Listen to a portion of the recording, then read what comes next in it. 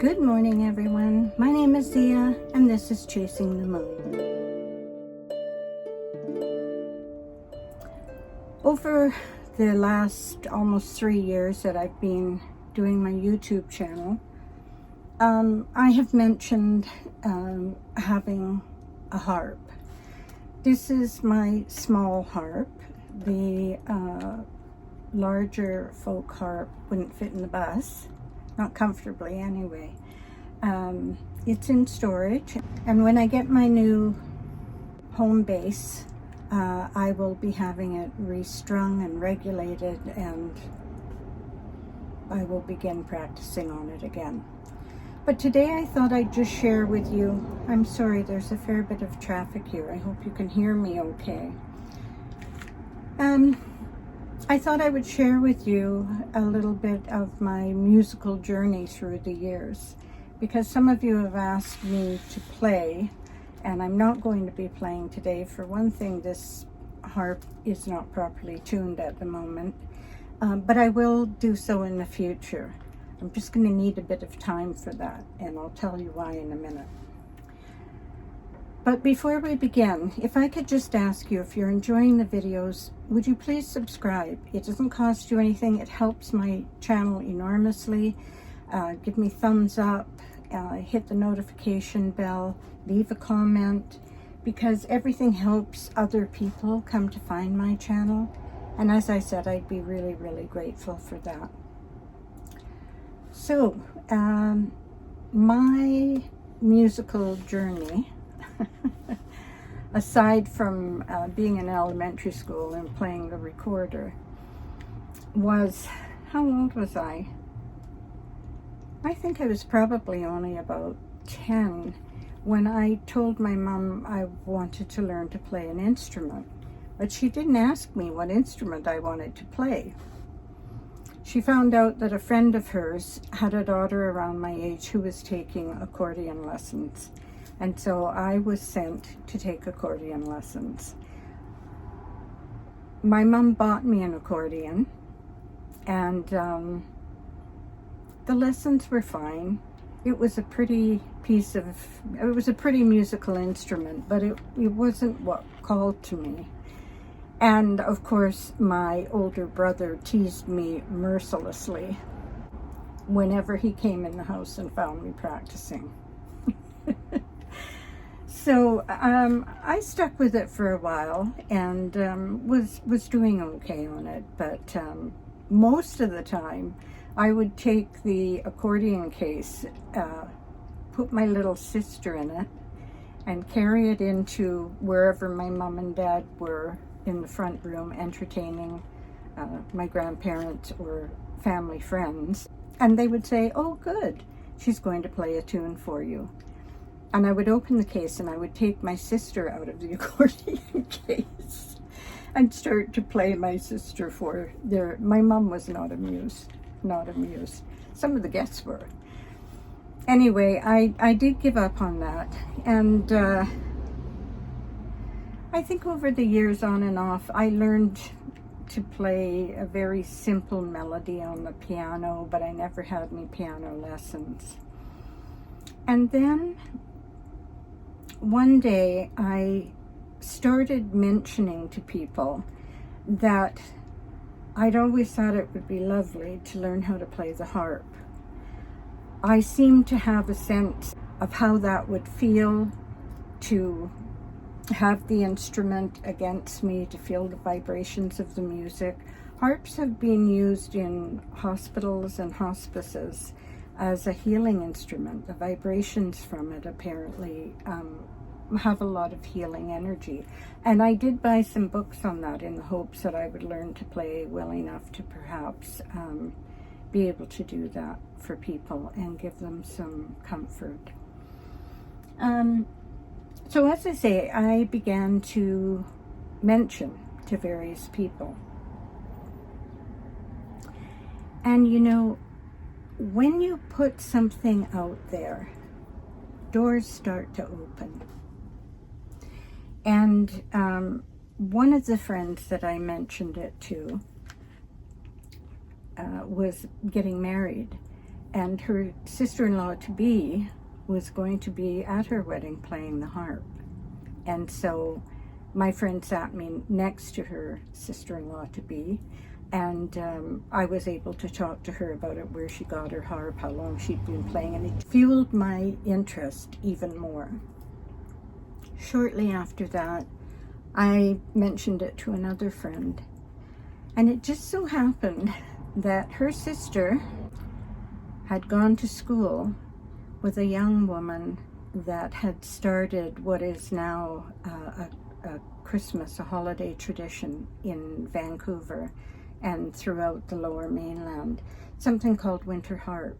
She played the harp and she taught harp. And within a week, I was in her living room taking my first harp lesson. And the first song she taught me to play was not Twinkle, Twinkle, Little Star, which is what a lot of piano teachers teach young children as their first song. It was Stairway to Heaven. And I went for a couple of lessons, and I managed to rent a harp. And from that point on, I lost hours every day. I had calluses on my, at that time, still very tender fingers from playing so much.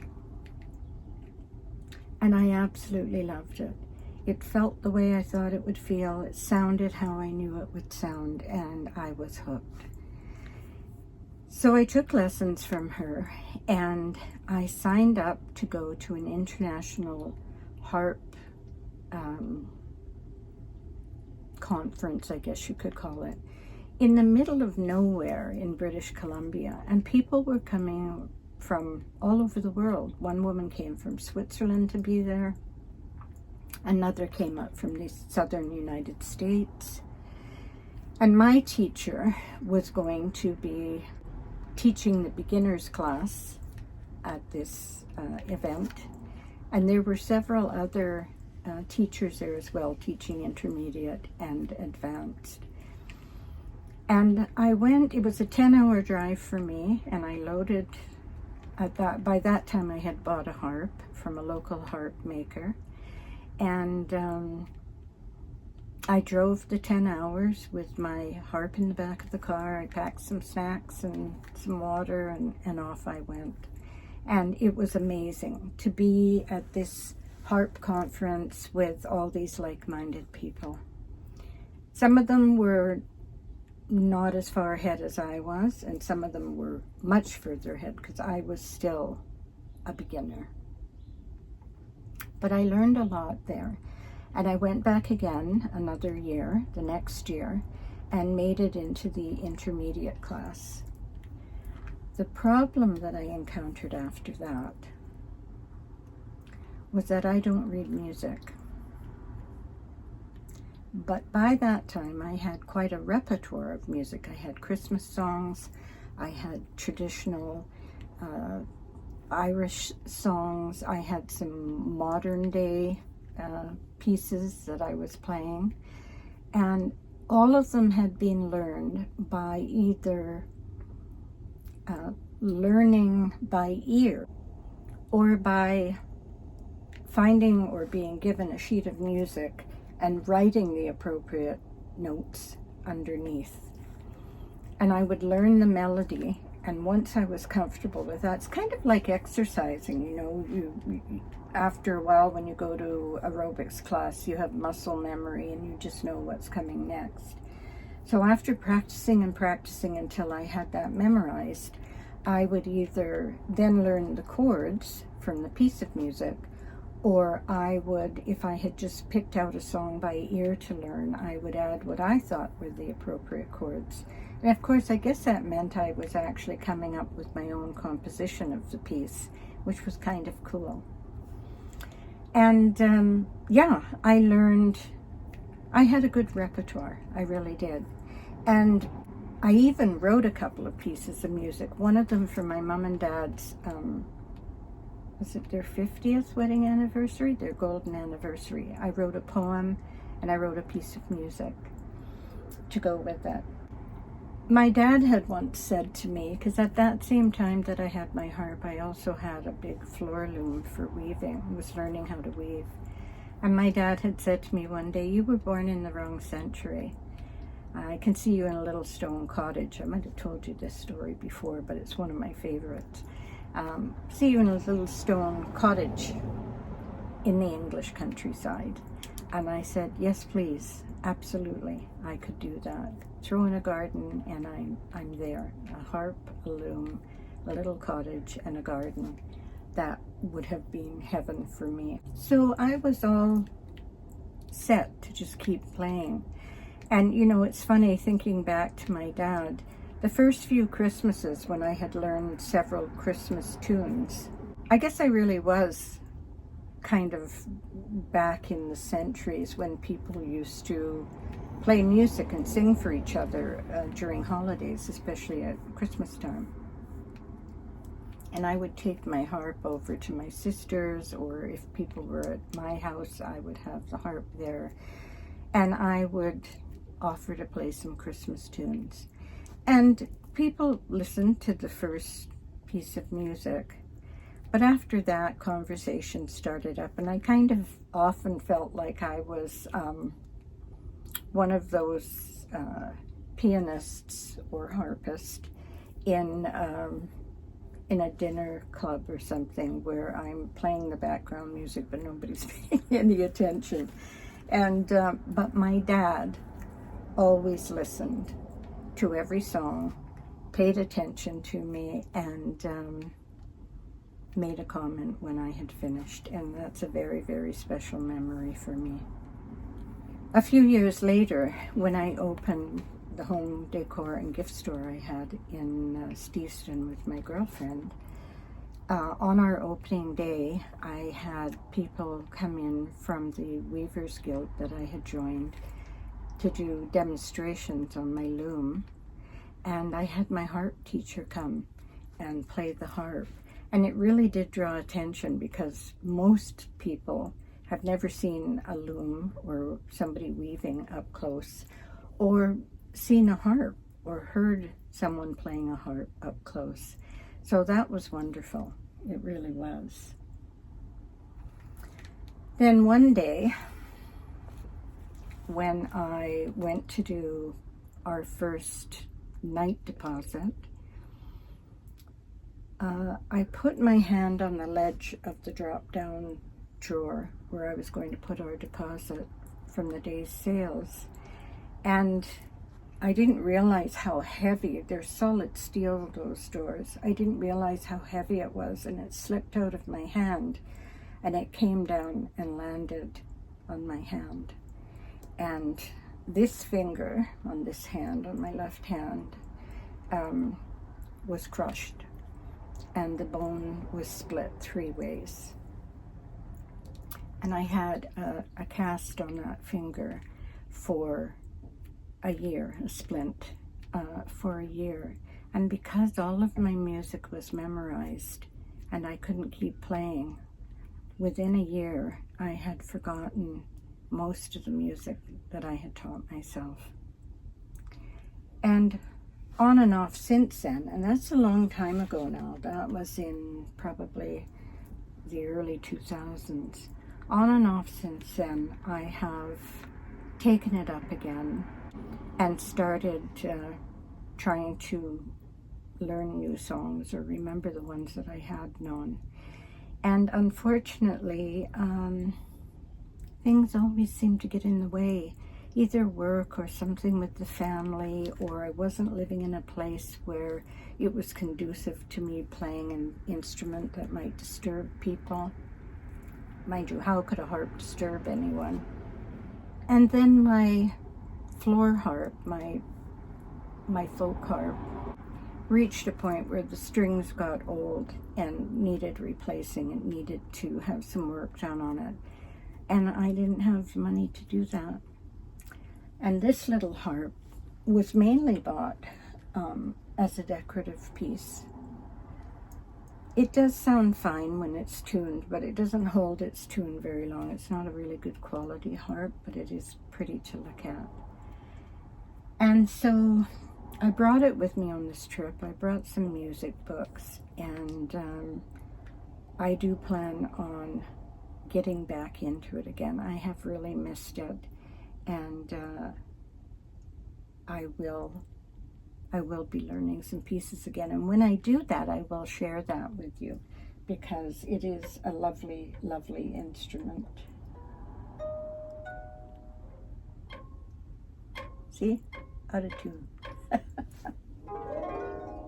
Totally out of tune. So, and my other harp sounds so much prettier. So when that is restrung and all ready to go, I will begin learning new pieces, and I will do a video and share some of that with you. I'll do a little concert for you. It may take a while, 6 months, I don't know. It would be really fun if I could get into a place soon and learn some new pieces for Christmas, and then maybe I could do a little Christmas concert for you if you'd like that. So that's the story of my musical background. I still don't read music. I did buy some flashcards and things, but you know what?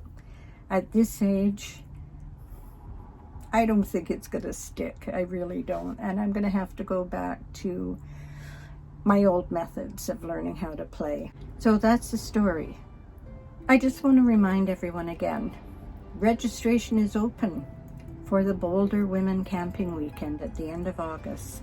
Go to ireneharlow.com on the events page and check it out, because it's going to be a really fun weekend. People are registering, and we have limited space available. So if you're going to be in the central BC area during the late summer, towards the end of August, and you have a van or a camper, if you're one of the Boulder women out there who travel on your own, check it out and come and visit us, because it was wonderful last year. We formed friendships. I think some people have traveled together, and we stay in touch, and I would just love to meet some more of you at our event this summer. It's going to be a really laid-back, casual event, and if you can make it, please come and join us. It's in a lovely cherry orchard on my friend's property. Her house is in the middle. The cherry orchard goes around it. And most of the vehicles will be parking in a new section with young trees in there. But we will have fun around a big fire pit that she has in her backyard, and sitting around together, drinking coffee in the morning, taking maybe a little hike up to a local winery for lunch. So check it out at ireneharlow.com and come and join us. Do come and join us, okay? Let me know in the comments if you can come. And as always, wherever you are in our incredibly beautiful world, and it's even more beautiful for me right now because, oh my goodness, the last few videos, your comments have been amazing, supportive, encouraging. Thank you so much. You're all so lovely. You know how much I love you. And I hope you're having a wonderful day. I hope you've had a wonderful week and another wonderful week to come. And I'm going to say bye-bye for now. I'll see you again soon. Bye-bye.